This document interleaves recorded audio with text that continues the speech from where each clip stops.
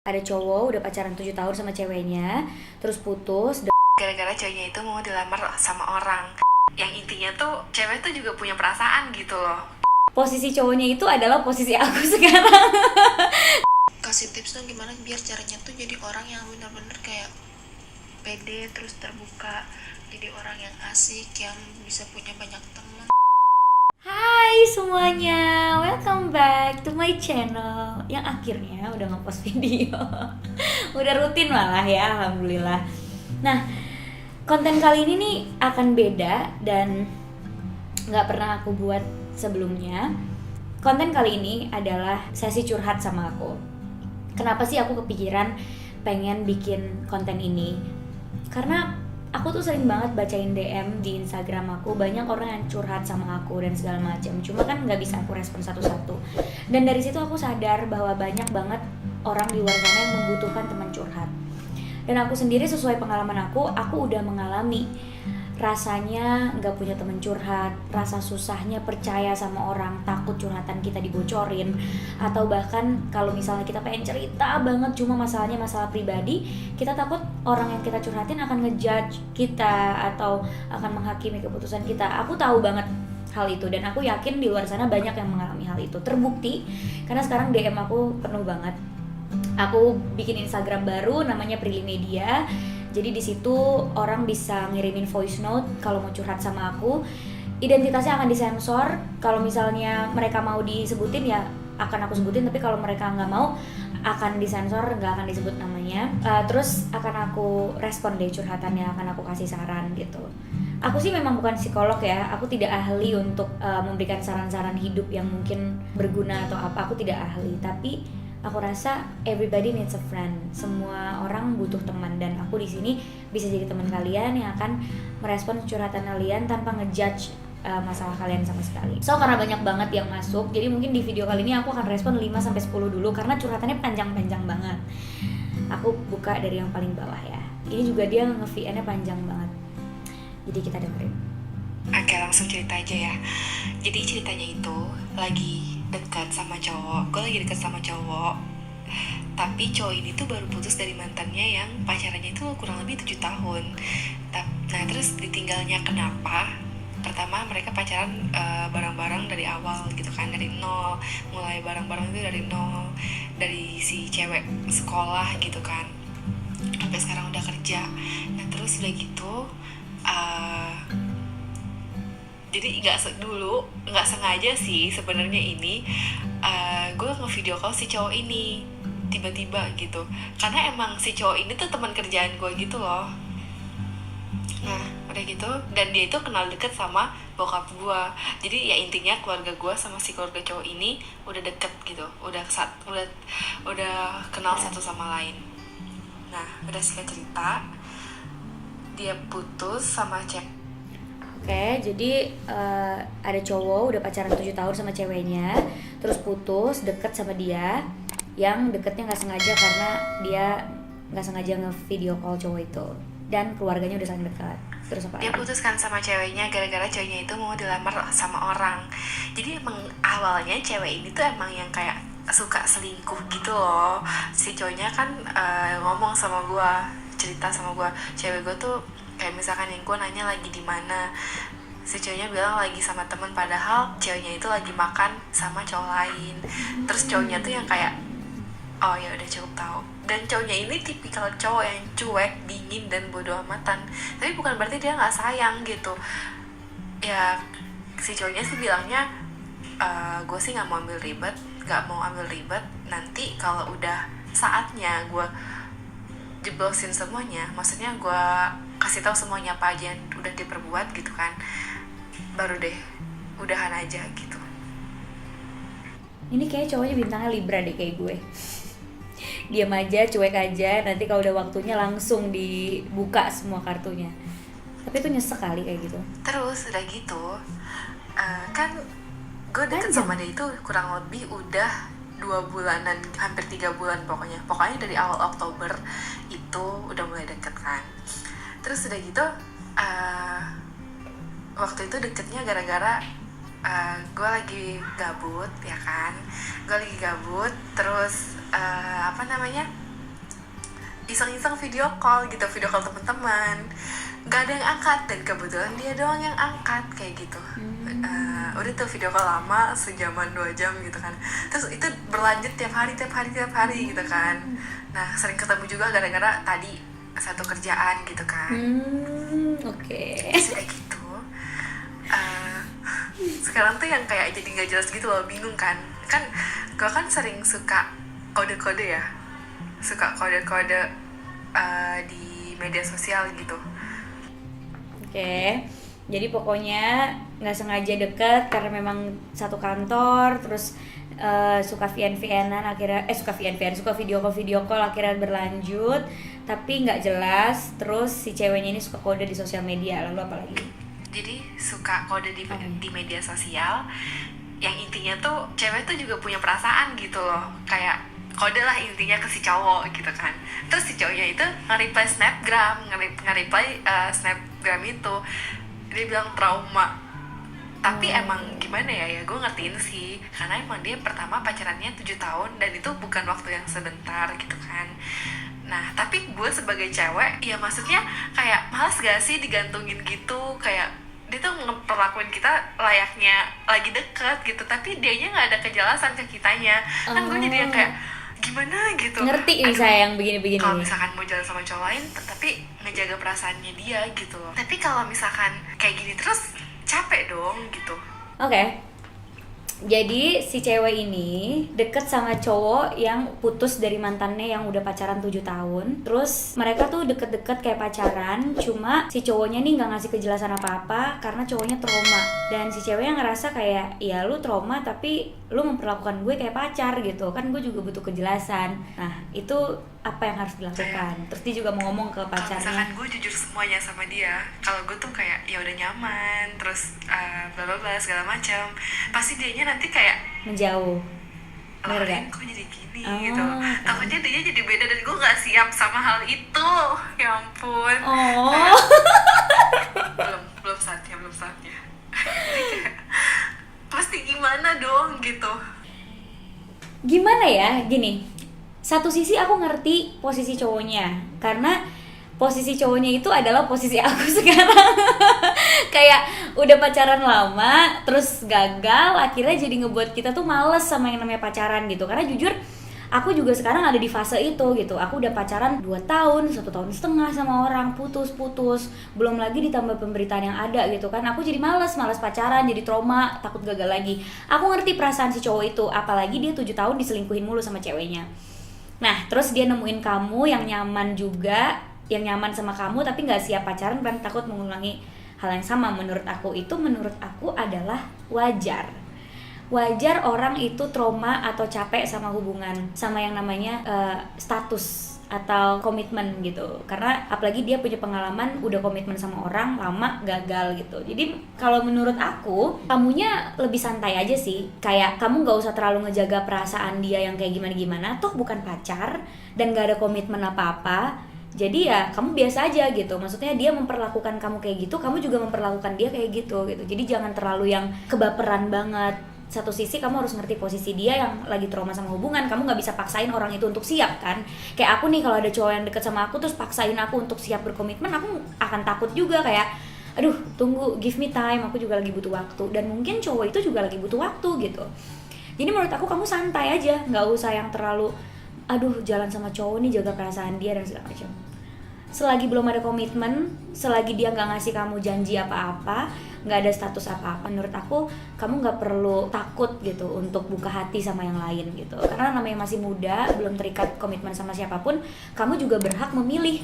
Kamu juga cewek berhak memilih cowok-cowok lain gitu. Ini cocok gak ya buat gue, ini cocok gak ya buat gue, selagi belum berhubungan pacaran ya. Jadi menurut aku kamunya lebih santai aja gitu. Apalagi kamu masih 18 tahun, aku lihat bio kamu.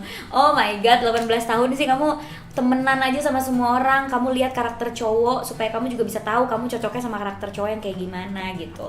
Jadi jangan terlalu berharap sama cowok yang lagi trauma sama hubungannya, dan jangan terlalu ngekang diri kamu sendiri gitu. Kayak kamu jalan sama yang lain, jalan aja, kan dia juga nggak ngasih komitmen apa-apa. Kecuali kalau dia ngasih komitmen, misalnya dia ngomong kayak, gue gak mau status pacaran tapi gue mau komitmen sama lo.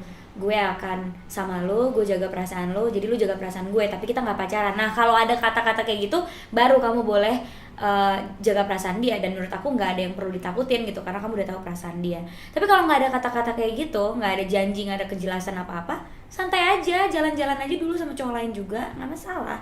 Kan kamu juga nggak tahu dia jalan sama cewek lain atau enggak, ya kan? Oke, next. Ini seru banget sih kayak gini, oh my goodness. Rel, aku kan orangnya pemalu banget ya. Hmm. Jadi kasih tips dong gimana biar caranya tuh jadi orang yang benar-benar kayak pede, terus terbuka, jadi orang yang asik, yang bisa punya banyak teman, yang pokoknya gitu deh. Gimana caranya, kasih tips? Karena nggak, aku butuh banget soalnya ini orangnya tertutup banget gitu, terus pemalu, kayak nggak pede gitu, terus lebih kayak aku tuh suka orangnya irian, kayak ngeliat orang yang cantik iri, ngeliat orang yang bisa bergaul sana sini iri gitu. Gimana ya April caranya biar aku nggak kayak gitu lagi? Oke, pertama kasih saran supaya kamu nggak introvert lagi gitu, nggak pemalu lagi, nggak. Aku ini juga orangnya dulu pemalu, percaya nggak percaya ya, beneran sumpah. Aku temen dikit banget, aku tuh ngerasa nggak pede kalau ngobrol sama orang, aku ngerasa aku nggak nyambung sama semua orang. Tapi aku lawan perasaan itu gitu, karena namanya manusia harus bersosialisasi dan kita nggak usah berharap apa-apa gitu. Jadi kamu nggak usah berharap apa-apa, kayak misalnya kamu mau ngobrol sama dia, terus kamu berharap dia akan respon kamu berharap dia akan suka sama kamu. Perasaan itu dibuang aja. Jadi kalau kamu ngobrol sama orang, ya kamu ngobrol gitu, nggak usah yang kayak berharap dia akan respon kamu, berharap dia akan suka sama kamu. Ngobrol aja selayaknya orang bersosialisasi gitu, dan diturunin kadar malunya, lebih percaya diri lagi. Tanya diri kamu sendiri, apa sih yang ngebuat kamu tuh nggak pede? Pasti kan ada sebabnya. Kayak misalnya aku nih, aku nggak pede karena dulu aku tuh paling kecil di sekolah. Aku ngerasa orang-orang nganggep aku tuh anak kecil terus gitu. Nah, kamu tanya ke diri kamu, apa yang ngebuat aku tuh nggak pede gitu. Kalau misalnya ngebuat kamu nggak pede adalah penampilan fisik kamu kayak aku gitu, kamu harus nggak boleh kayak gitu. Kamu harus sadar bahwa setiap orang itu punya kelebihannya masing-masing, dan nggak setiap orang itu diukur dari penampilan fisiknya. Kayak kamu lihat deh, aku juga nggak sempurna, aku pendek gitu kan, pipi aku cabi gitu, biasa-biasa aja gitu, tapi nggak diukur dari situ. Gimana kamu bisa membuat orang itu lebih positif, gimana kamu bisa ngobrol sama orang yang asik, gimana kamu bisa respon omongan orang dengan benar, orang pasti akan mau deket sama kamu. Jadi pertama kenali diri kamu dulu, kenapa kamu nggak pede. Kalau kamu udah tahu, kamu cari jawabannya, gimana caranya biar kamu nggak insecure lagi sama diri kamu. Yang masalah iri-irian, kamu tanemin ya di dalam diri kamu gitu. Semua itu udah ada ketentuannya dari Tuhan gitu. Kayak misalnya, ih gila ya tuh cewek lebih cantik dari gue, lebih tinggi dari gue, ya itu emang udah takdir dia untuk jadi cewek cantik tinggi gitu ya. Tapi bukan berarti kita nggak lebih dari dia atau kita nggak sepadan gitu sama dia. Setiap orang tuh punya kelebihannya masing-masing. Dia punya kelebihan cantik, tapi dia pasti juga ada kekurangannya. Mungkin kita selalu ngerasa ya, aduh gue nggak secantik dia, tapi kita punya kelebihan lain gitu. Tapi gue bisa lebih pintar, gue bisa lebih baik, gue bisa lebih dalam hal ini. Semua orang itu punya kemampuannya masing-masing. Jadi jangan pernah iri sama pencapaian orang lain, karena kamu juga harus tahu di balik itu semua ada prosesnya. Apalagi iri sama fisik orang lain. Tuhan itu nyiptain fisik manusia itu beda-beda. Ada yang mukanya bulat, ada yang mukanya lonjong, ada yang mukanya kotak, ada yang mukanya kecil, ada yang badannya tinggi, badannya gendut. Itu udah ketentuan dari Tuhan gitu, dan itu adalah anugerah yang emang harus kita embrace gitu. Jadi nggak usah dipikirin, oh dia cantik, gue enggak gitu. Karena cantik itu bukan cuma dari fisik gitu. Kalau kamu bisa cantik itu yang penting pikiran dan hati kita gitu, bukan cuma dari fisik. Karena percuma cantik fisik tapi pas diajak ngomong nggak nyambung, atau ternyata dia jahat orangnya. Jadi ya nggak bisa diukur dari fisik doang gitu. How you treat people right, how you see things clearly, itu bisa menunjukkan kecantikan kamu gitu. Jadi cantik dari dalam, from within, not the way you look aja gitu. Jadi ngapain iri-iri sama fisik orang gitu. Kita juga udah dikasih anugerah kok sama Tuhan. Terus jangan terus lihat ke atas, kita juga harus lihat ke bawah. Kita ngerasa diri kita jelek, tapi ada orang yang diciptain gak punya tangan, ada orang yang diciptain buta matanya, ada orang yang diciptain kakinya buntung atau apa. Kita harus terus ngelihat itu gitu, supaya kita terus bersyukur sama keadaan kita, kayak gitu. Aku rasa kalau kamu ngelatih itu ya, ngelatih rasa syukur kamu dengan ngelihat orang-orang di bawah kamu, ngelatih pola pikir kamu kayak, oh ini udah anugerah dari Tuhan, ini udah ketentuan dari Tuhan, gue gak boleh iri, itu udah rezeki dia. Terus juga kamu lebih percaya diri lagi, kenali diri kamu, itu pasti akan hilang kok perasaan-perasaan kayak gitu. Semoga. Thank you. Next, aku cari ya VN-nya. Oke. Halo Kak Prilly, aku mau cerita. Mungkin kayak gimana ini, aku itu bingung. Aku kan udah kelas 12 SMA, terus aku mau kuliah. Nah, di satu sisi gini, aku kan mau kuliah di daerah yang kayak bisa sama mama sama papa. Kayak papa aku ngebolehin, tapi mama aku ya gak mengizinkan aku untuk kuliah di aku kan mau kuliah di Bandung, tapi mama aku gak ngizinin. Terus kayak aku itu bingung harus gimana buat ngeyakinin. Kayak gimana, aku tuh bingung Kak. Semoga kakak bisa kasih saran ya Kak. Oke, thank you. Jadi ini bingung izin sama orang tua karena mau kuliah di Bandung. Mungkin kamu rumahnya jauh dari Bandung gitu, jadi gak diizinin. Aku ngerti dilema orang tua yang gak ngizinin anaknya kuliah jauh gitu. Apalagi kalau anaknya perempuan, pasti kan takut anaknya gak ada yang lindungin, takut terpengaruh pergaulan luar. Karena aku juga mengalami hal itu. Aku tuh udah capek banget izin sama orang tua mau kuliah di luar tuh. Sampai sekarang mereka masih ragu untuk melepas aku. Caranya ngeyakinin gimana? Kamu kasih rasionalisasi atau alasan yang benar-benar jelas kenapa kamu pengen kuliah di universitas itu. Terus jurusannya apa? Misalnya kamu mau ngambil jurusan komunikasi di universitas di Bandung itu. Kenapa di Bandung? Kan jurusan komunikasi banyak di sini gitu. Kenapa di Bandung? Itu yang harus kamu cari tuh. Kenapa kamu pengennya di Bandung? Rasionalisasinya apa? Kelebihan universitas itu dibandingkan universitas lain itu apa, sehingga mengharuskan kamu pergi ke Bandung, supaya orang tua kamu itu juga terbuka pikirannya, anak gue kuliah emang beneran mau belajar dan emang itu universitas terbaik, bukannya pengen main atau kelayapan di luar tanpa kontrol orang tua gitu. Jadi kamu harus yakinin mama kamu, harus kasih rasionalisasi yang jelas itu. Kalau bisa kamu tulis tuh di kertas list-listnya gitu, rasionalisasi kenapa kamu memilih universitas ini.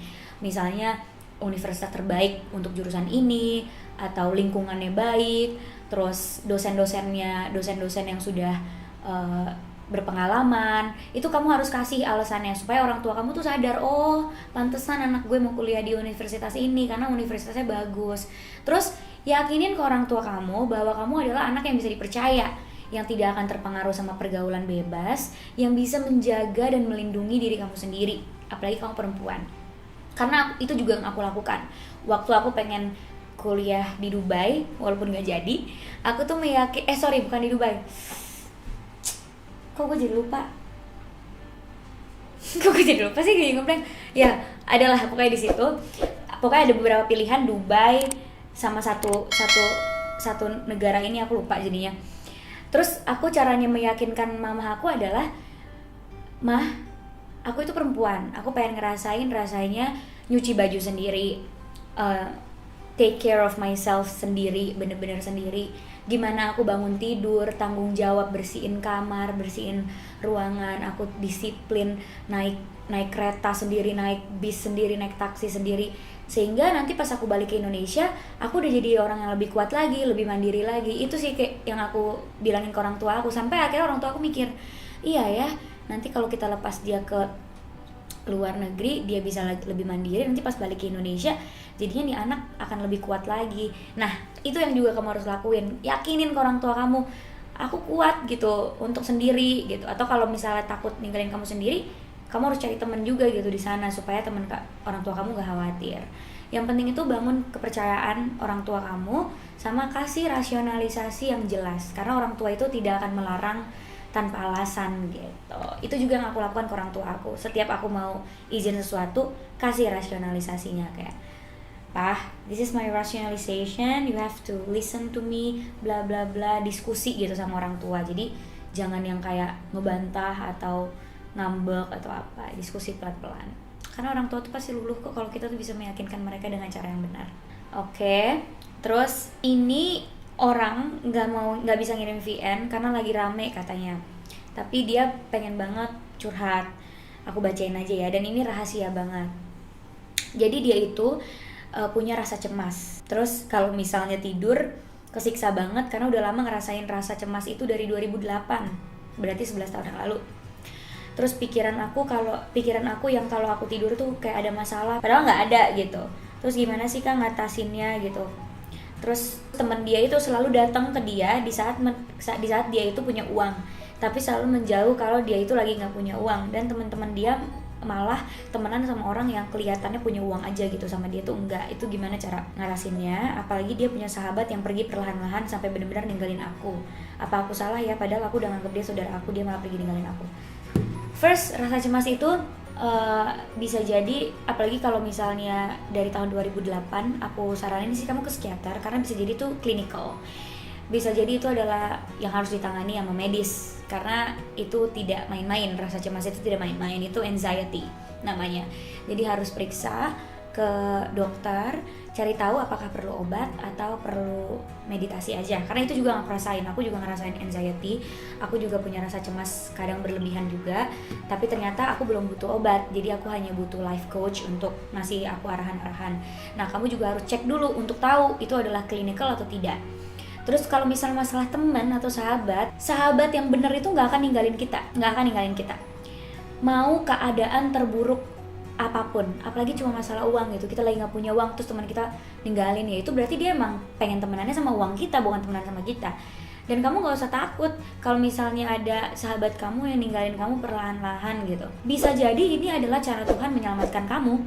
Bisa jadi sahabat kamu ini sahabat yang gak baik buat kamu, makanya sama Tuhan dibikin dia menjauh sendiri gitu. Karena nggak tahu juga kan gimana caranya menjauh dari dia kamunya. Karena aku juga pernah temenan sama orang, temenannya toxic. Orang tua aku udah nasehatin, kamu ngapain sih temenan sama dia tuh nggak tulus kayaknya sama kamu. Tapi aku kekeh, aku nggak percaya. Enggak, dia tulus kok, dia tulus. Sampai akhirnya sama Tuhan dikasih masalah, jebret. Dikasih masalah dan dikasih lihat karakter asli dia, sehingga aku sadar ternyata dia emang bukan teman yang baik. Akhirnya dia meninggalkan aku juga perlahan-lahan. Gak usah nyesel dan gak usah sedih, karena itu adalah cara Tuhan ngasih tahu kita kalau dia bukan yang terbaik. Dan it's your time untuk cari teman-teman yang bisa membawa dampak positif buat kamu dan membuat kamu lebih happy lagi gitu. Thank you. Kita ini ini ada lagi. Jadi aku sering ngerasa sendirian, aku sering ngerasa sendiri, kayak nggak punya temen aja gitu. Punya pengalaman buruk sama orang, jadi aku jadi nggak percaya sama orang. Jadi aku ngerasa kayak aku sendirian, orang-orang tuh temenan sama aku cuma karena aku Prilly Latukonsina aja yang punya followers banyak. Sedikit masalahnya sih lebih ke perasaan gitu. Aku kan ngejalin hubungan sama seorang pria, tapi posisinya aku nggak nomor 1